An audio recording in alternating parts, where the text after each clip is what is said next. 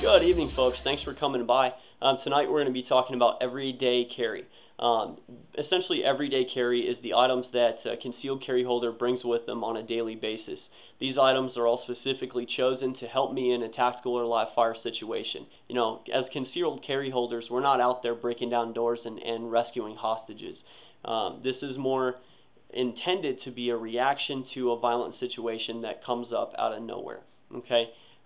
So train with your weapons, learn to engage targets in all situations, and try to improve your reflexes and reaction time, okay? That's really what's going to save you out there is accuracy and reaction time as far as a concealed carry situation goes. So that being said, let's get started, have a look at my equipment. Alright guys, before we get going, I just want to give a quick shout out to my dad. Yesterday was Father's Day, and unfortunately, because we live so far apart, I wasn't able to spend the day with my dad, but you know, as a father myself, I can tell you that nothing concerns me more than making sure that I teach my son the right way to live and the right way to treat other people. And my dad, you know, definitely, beat that into me at times as a kid, but, he's in a large way responsible for who I am and how I feel about life today. So, just give a quick thank you to my dad. Moving right into it. The first thing that you need to make sure you have as a concealed carry holder is a good sturdy belt. This one right here is a double bonded, good thick strong leather belt, not unlike the one my dad used to beat my manners into me with back in the day. Understand it was legal back then. That being said, good sturdy leather belts. There are a lot of other belts out there that are fantastic for concealed carry as well. They make belts now that have metal bands inside of them that are designed specifically for load bearing and things like that. Now me, I've never had an issue with a good sturdy leather belt, so I haven't really invested in that, but it might be something you'd be interested in. Moving right along, make sure that you have a good notebook and a good pen with you all the time, because not every situation requires firearms intervention. There are a lot of other things we can do to be helpful. If you see something going on that you know is illegal or not right, but something that you don't feel comfortable intervening in or something that you legally can't, take good notes. Write down suspect descriptions as best you can, anything you see that stands out, and make sure you get vehicle descriptions, license plates, anything that you can possibly get. And what having that good notebook will do for you is just prevent any of those kind of memory lapses later on. So, just carry something like that with you. It weighs virtually nothing, and they're not expensive. So I highly recommend you have something like that. Now let's talk about knives. I've got two different knives here, both made by CRKT. This is a CRKT M16 series folder, and this is a CRKT fixed blade knife. Now I carry both of these knives on me every day. And the main reason that I have two knives is, first of all, this knife is for personal defense. I do not want to be using this knife to open boxes or cut tape or cut my fingernails or anything like that. I want to use this knife only in the event that I'm being hostily engaged and my weapon somehow goes out of play and I need that knife. Okay, so I don't want to dull the blade doing anything else. This knife I carry solely for that utility purpose, to open the boxes, cut the tape, so on and so forth. And yes, my wife yells at me when I cut my fingernails with my knife. Now, if you go to your knife, that means you're at very close range, you're in contact with your enemy, and your firearm has gone out of function. Those are three very, very dangerous sets of circumstances right there. So if that happens, I want to be able to engage my enemy as quickly as possible and as effectively as possible, which is why I highly recommend straight-bladed knives for that situation.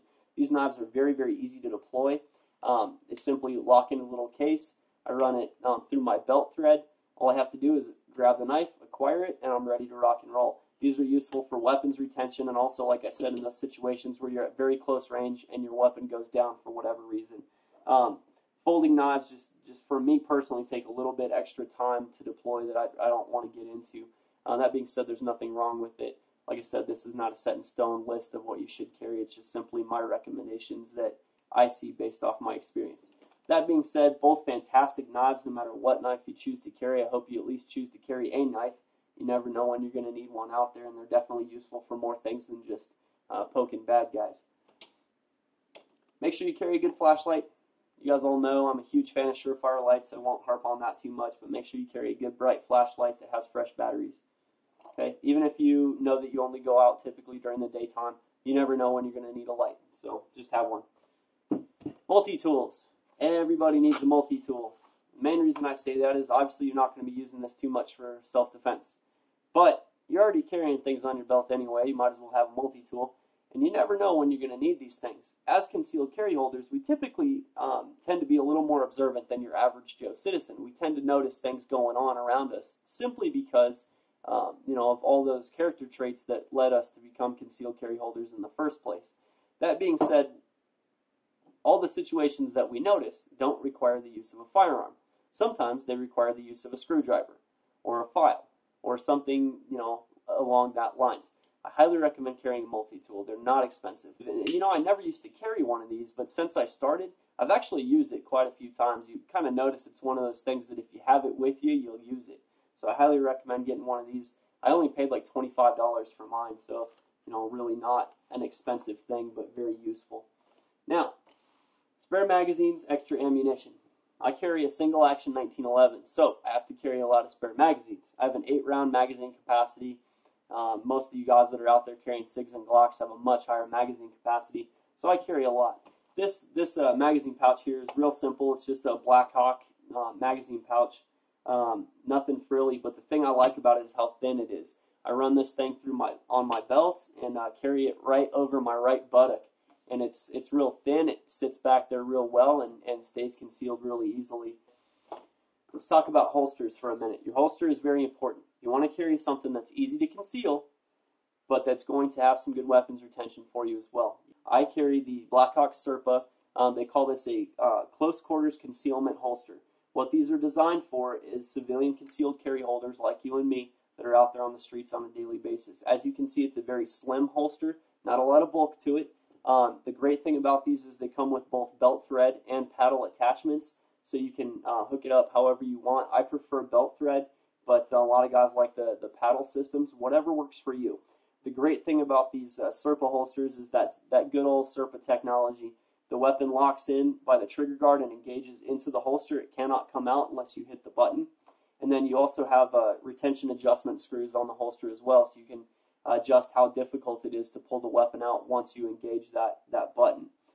Really, really like this holster. Highly recommend looking into something like this.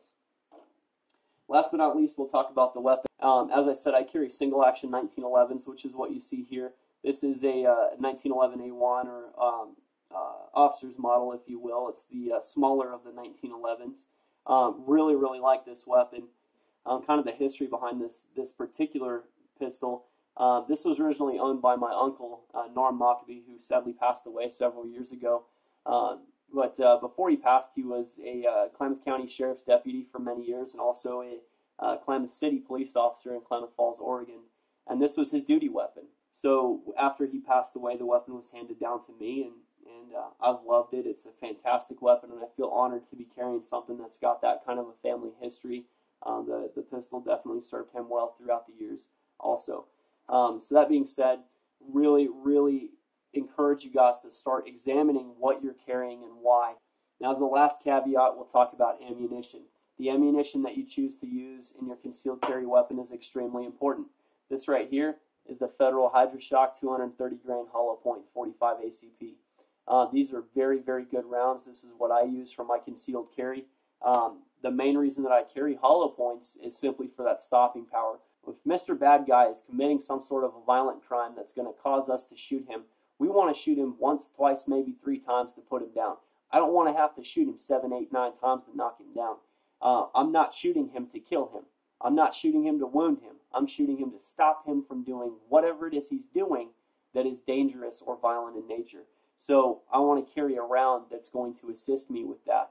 I find that a good, solid, heavy hollow point will get the job done. So that being said, be real careful with the ammunition that you select. Do some research, look up the ballistics testing that's been done on them, and find a round that works for you.